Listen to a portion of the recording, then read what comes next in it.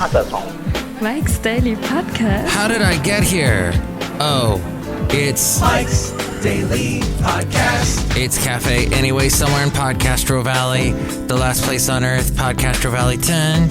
And today we're going to talk about stuff that's real fun. We're going to be on this episode 2456. And I guess that's it for that song. Mike's Daily Podcast. But it's great because it's a daily podcast and it's a very helpful podcast for you. Mike's because Daily we're going to cover some things Podcast and have a podcast picture. Yeah. The last episode 2455 was called Changing. And I featured a picture. I think I took it. Either I did or my lovely lady friend did a year ago of a deer with little antlers up on a hill in sunset. See that picture at MikesDailyPodcast.com. And today, first, I must say that Everything Everywhere All at Once, very entertaining and bizarre. And go see that before you go see some stupid Marvel multiverse stupidity. See this movie that has an interesting script, an interesting concept behind it. Doesn't have all the money of Disney behind it, although it does have the Russo brothers, who did produce they directed several Marvel movies, Winter Soldier, all the Avenger Endgame and Infinity Wars and all that stuff. But this movie, it's like nothing I've ever seen. Although it does kind of feel like a Marvel movie in parts, but it's fascinating, and I'd much rather go see that before I go see some Doctor Strange nonsense. Anyway. And here's today's podcast picture. Cafe Anyway. I saw it last night and really enjoyed it. So there's my little 2 cents about that. The podcast picture, we'll do it from Pleasanton. From a nice sunset recently. How about that? I'm into sunsets lately. We'll just go with that. Or maybe my walk from yesterday. Because I took a lovely walk by myself. Usually, in the past, I would take this wonderful guy, the late great Basil the Boxer. I lost him almost 2 years ago. The anniversary is coming up. And I miss him loads. He was a great, great dog. And I just do not have time right now in my life to have a dog. The stuff that I do at work has gotten a lot more complicated. But I'm hoping for maybe a little respite at some point would be nice. A little respite. And actually a little barbecue pit would be really, really nice. Is there any barbecue here at Cafe Anyway? I don't know half these people. I don't know what's on the menu. I wish I did. Oh, I guess we could have some croutons. Or tater tots. Or something yummy. But maybe rather something healthy. Because my BMI is not doing so good these days. Oh, hey. So just so nobody's confused. I tried to do a search on my phone, on my smartphone, to find Mike's Daily Podcast. And I put my name in, Mike Matthews. Well, there is a guy who used to go by Michael Matthews. Now he's shortened it to Mike Matthews. It's this bodybuilder guy. And so he does a podcast about how to build up your muscle memory and your muscle mass and all that. I'm like, why? For years, he was just Michael Matthews. Now he's Mike. Now it's competing with me because he's had books and he's best-selling book writer and all that. So a lot of people know about him already, and when you do a search, he pops up first. So just another reason why you should always listen to podcasts by people that are more independent, that are less well-known, that are under the radar, because they need your help. They need your support. They need your support because just like people trying to sell items outside of Amazon, but to try to sell stuff on the internet, it's very, very difficult unless you pay Amazon a bunch of money, pay Google a bunch of money. Oh, my OK Google just popped up. OK Google, how much would it cost to buy my podcast a higher status? Oh, she just shut down. She's like, I'm too shy. I don't want to be on your podcast. So, just, what I'm saying. Support the moms and pops, whether it be in a brick and mortar or somebody who's trying to sell stuff online that does it on their own, or someone who's trying to do a podcast on their own. That's all I'm saying. We all need a little bit of respite. So, this guy goes on and on, this Mike Matthews now. I'm just going to keep calling him Michael Matthews. But Michael is talking all about building your body up, muscles and all that. But I want to talk about body mass index. Body Max, the new protein supplement. No, the body mass index is very confusing, and the latest podcast by WNYC on the media is talking a lot about that, and about obesity, and about how in media it's always obese people get COVID first and are more susceptible to dying from it and all that. But BMI, they were discussing that a little bit, and Emily Donovan wrote on MSN and wrote this article on MSN.com about the body mass index. Is it an accurate snapshot of a person's health? Or is it just saying a person's big, a person's large? That's really all a body mass index does. Does it really tell us if you're healthy? Emily, I'm going to presume, because I don't like saying the other word. I'm going to presume, because everybody hates the other word these days. I'm going to guess that Emily is a woman. So if Emily, I think what she's saying is the following. It might come as a surprise to some that the basis of one of the most important and widely used health metrics is a 190-year-old index that was invented by a Belgian statistician. As we go outside a cafe anyway, where you bring you Mike's Daily Podcast somewhere in Podcaster Valleyton.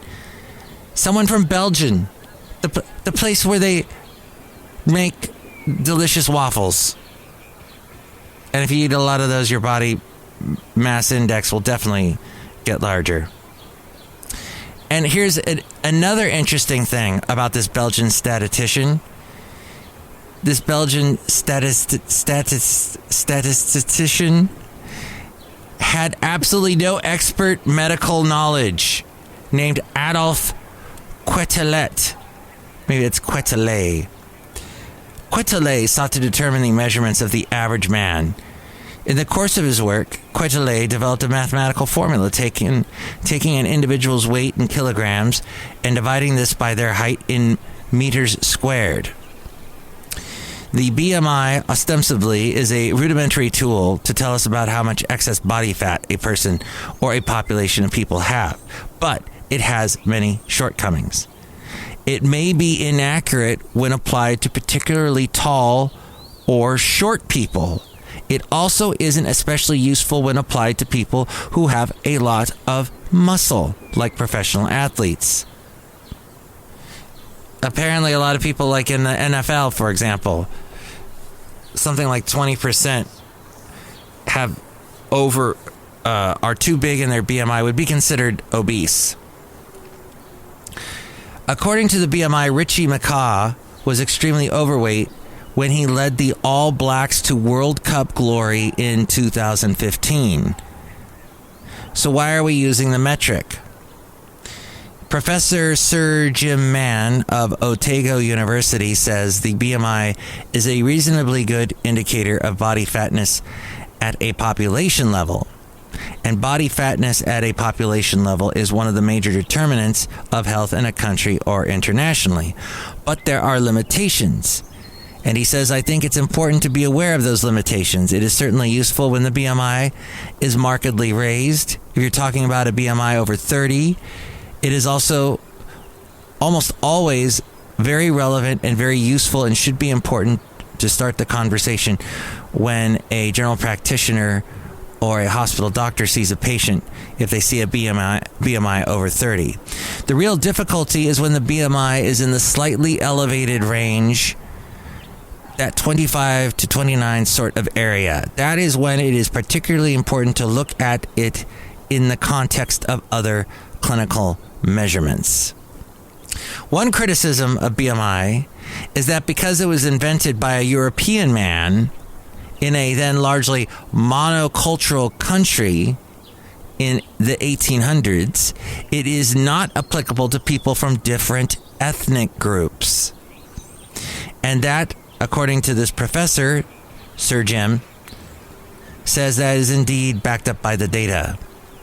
He says there's one situation which I think is particularly important to mention in the New Zealand context, and that is it's the Maori and the Pacific people.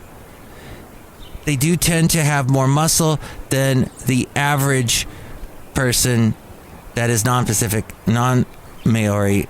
And that means at any given BMI, they will have a bit less body fat and a bit more muscle. Interestingly, there are a group of people who differ at the other end, which is to say at a given BMI, they have more body fat and less muscle than European populations. And I'm talking about in general people from the Indian subcontinent, and perhaps for them, there should be a lower cutoff as to when people are regarded as being overweight. And that is the Professor Sir Jim Mann, who says also it is equally difficult for the medical profession, whether they're doctors or nurses, to know how to tackle it. And in the past, I believe my own profession, the medical profession tended to go in for stigmatization.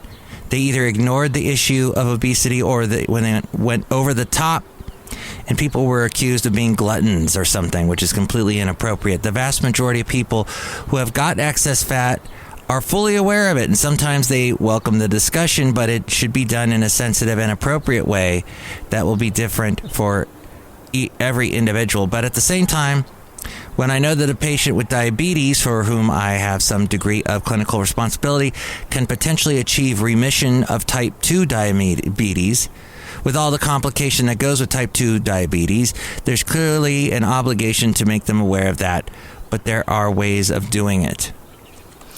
That from MSN and The Detail. Other interesting thing that you probably heard today is Uber, a leaked cache of confidential files from the ride-sharing app, illustrates ethically dubious and potentially illegal tactics the company used to fuel its frenetic global expansion beginning nearly a decade ago. This was showed by a joint media investigation. This, according to the AFP and MSN.com, dubbed the Uber Files. The investigation, involving dozens of news organizations, found that company officials leveraged the sometimes violent backlash from the taxi industry against drivers to garner support and evaded regulatory authorities as it looked to conquer new markets early in its history. The cache includes unvarnished text and email exchanges between executives, with standouts from co-founder and former chief executive Travis Kalanick, who was forced to resign in 2017 following accusations of brutal management practices and multiple episodes of sexual and psychological harassment at the company. Kalanick messaged company leaders, "Violence guarantees success." He pushed for counter-protest amid sometimes heated demonstrations in Paris in 2016 against Uber's arrival in the market. Uber's rapid expansion leaned on subsidized drivers and discounted fares that undercut taxi industry, and often without seeking licenses to operate as a taxi and livery service. Drivers across Europe had faced violent retaliation as taxi drivers felt their livelihoods threatened. The investigation found that in some instances, when drivers were attacked, Uber executives pivoted quickly to capitalize, to seek public and regulatory support. Uber has adopted similar tactics in European countries, including Belgium, the Netherlands, Spain, and Italy, mobilizing drivers and encouraging them to complain to the police when they were victims of violence in order to use media coverage to obtain concessions from the authorities. Uber placed the blame today for previously publicized mistakes made by leadership under Kalanick. We've moved from an era of confrontation to one of collaboration, demonstrating a willingness to come to the table and find common ground with former opponents, including labor unions and taxi companies. This, according to the Kalanick replacement, Dara Khoroshashi. The investigation also accused Uber of having worked to evade regulatory investigations by leveraging a technological edge. It described an instance when Kalanick implemented a kill switch to remotely cut off access to devices in an Amsterdam office to Uber's internal systems during a raid by authorities. Please hit the kill switch ASAP, he wrote in an email to an employee. Access must be shut down in Amsterdam. The report says the files reveal Uber also lobbied governments to aid in its expansion, finding in particular an ally in France's Emmanuel Macron, who was economy minister from 2014 to 2016. He is now the country's president. And who knows what else, what did he do here in California with that ridiculous proposition that people voted in that basically got Uber off the hook from being sued by the state of California or being severely regulated. They basically created their own regulation. Well, we're outside a cafe anyway, somewhere in Podcaster Valley, the last place on earth. I find that fascinating stuff. Isn't that interesting? That's so interesting, is it not? This is interesting. Wow, this is interesting. Hey, look who's here. Hi, Mike Matthews. It's Chely Shoehart, gift shop supervisor. Wow, that's really interesting stuff. Yes. Mike Matthews, you're not like some muscle guy? No. Who's that? But your name's Mike Matthews. It is Mike Matthews. I'm not the muscle guy, though. Oh, that's too bad, Mike Matthews. Yes, and my BMI is messed up. That's too bad, Mike Matthews. Yeah. Belgians and BMI and Ubers. Butterflies and zebras, moonbeams, fairy tales. It's all she ever thinks about with the wind. That's right, Mike Matthews. What you just said, that was really pretty. It's like a Jimi Hendrix thing. Oh, okay, who's that? Look who else is here. Oh, Mike, this is Floyd the Floorman. And this is John Deere, the engineer. Mike, you should really answer her question. All right, well, I think she could answer her own question by going to Seattle, maybe visiting that rock museum up there, and then reading some books and listening to some music. I'm sure you can find his music on. Although he might be one of those artists on YouTube that you can't find any of Jimi Hendrix's music, like the Beatles. Spotify might be a little bit more lucky, but yeah. Well, hopefully you can find some good music to listen to. I am addicted to that song by The Head and the Heart, Virginia, Wind in the Night. That song is just haunting me lately. And then it's got an interesting haunting video. And I love it. But I got to wrap it up, everybody. So go to the website, MikesDailyPodcast.com. Call me if you have a question or if you'd like to comment. 336-MM Daily. 3 + 3 = 6. MM as in Mike Matthews. Daily as in what this podcast has been now for a couple of days. We try to be daily and sometimes we get interrupted. That whole thing. But yes. Comment there. We love your emails and your comment, not so comments. And look who else is here. Oh, wait. We said hi to everybody. That's a nightmare of a show. Hi. Floyd? Yeah. How are things going with the floor? Oh, really good. Excellent. Oh, and you can also email me. With that information, it's A-Frame. Mike's Daily Podcast is written and produced and performed by Mike Matthews. His podcast is super easy to find. Download or listen to his show and read his blog at MikesDailyPodcast.com. Email Mike now at MikesDailyPodcast@gmail.com. See you tomorrow. Bye!